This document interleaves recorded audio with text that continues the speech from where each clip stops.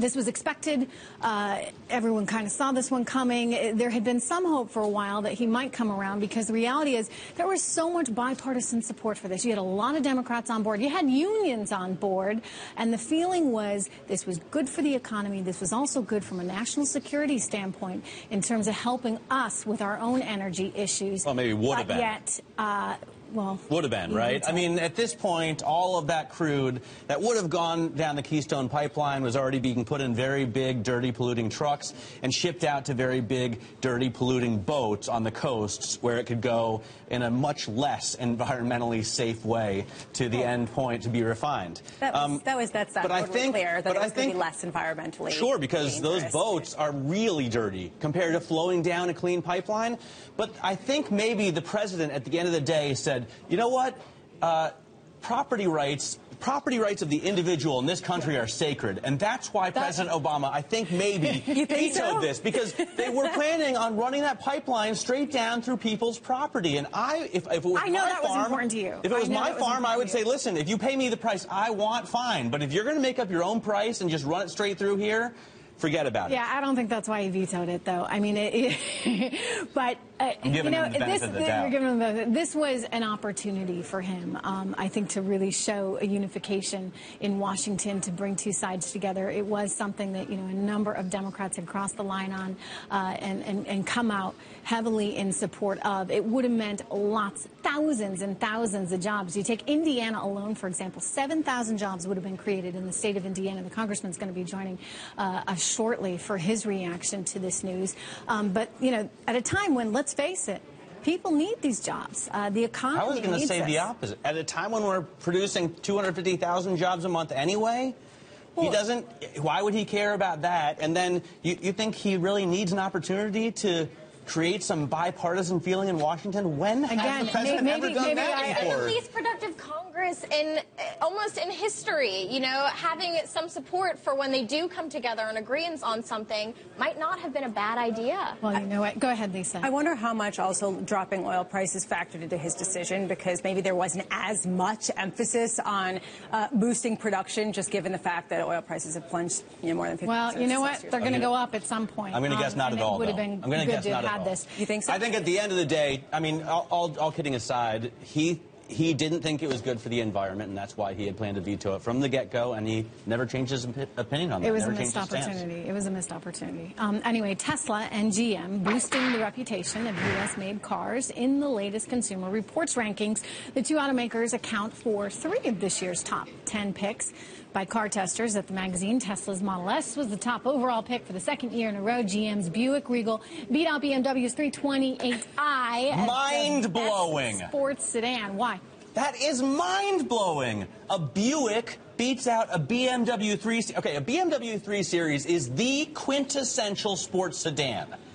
That is it. If you look up sports sedan in the dictionary, it's a BMW 3 Series. The fact that Buick beat them out, say what you will about Consumer Reports. I mean, maybe sports car lovers aren't flocking to Consumer Reports. It's more of a minivan magazine, but that is an amazing, amazing feat. Voila. Amazing. Voila. Yeah. Well, Tesla's beautiful. Honestly, I'm not surprised that was up there, frankly.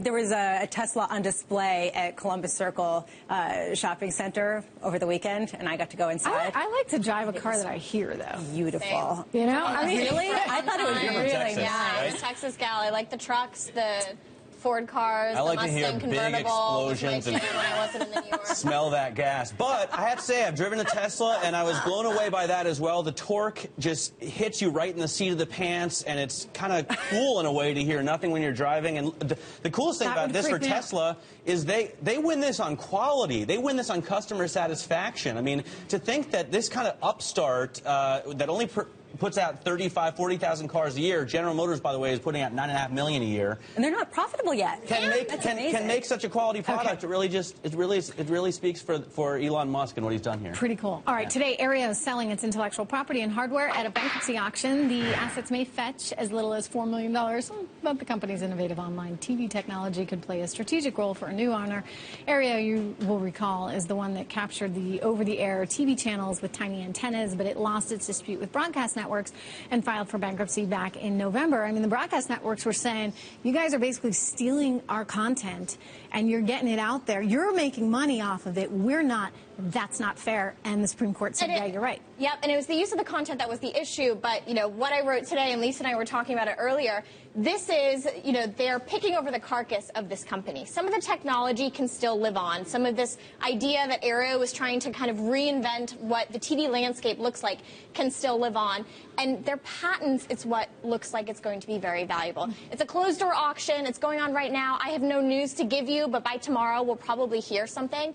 But I have analysts telling me that the likes of Dish, Apple, Verizon might be interested in coming in and snatching up some of this tech and wrapping it into some of these products that you're already seeing from them so you can watch TV online instead of in that expensive cable bundle. It doesn't surprise me because right now what's missing from a lot of companies or what they're looking for is new ideas more than anything. And I think that the idea of getting new ideas potentially and getting their footprint down in case any of those new ideas does take off is sort of at a premium right now, especially since a lot of them have a lot of cash. Well, $4 million.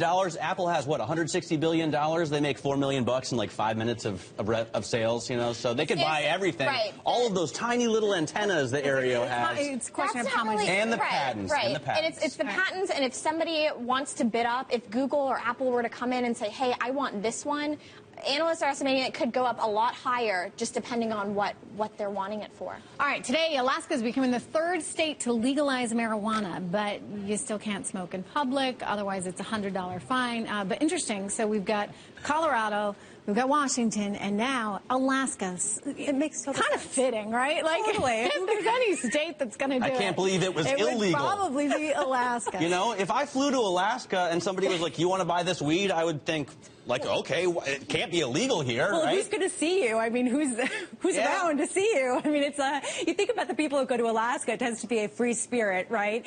So it's not surprising that it's the third state to legalize marijuana. So they're going to take their time, though, in terms of rolling this out for profit, just as Washington did. They really spent some time. You know, the concern in all these places is, well, we want to get the legislation right. And there's a lot of hands in there trying to get the legislation right. I mean, the one danger in all of it is that they put so much red tape around it all that you start to suffocate an industry that's just beginning. But, you know, you also want to make sure you get some good rules. I mean, you think about, like, the edible business, right, in Colorado.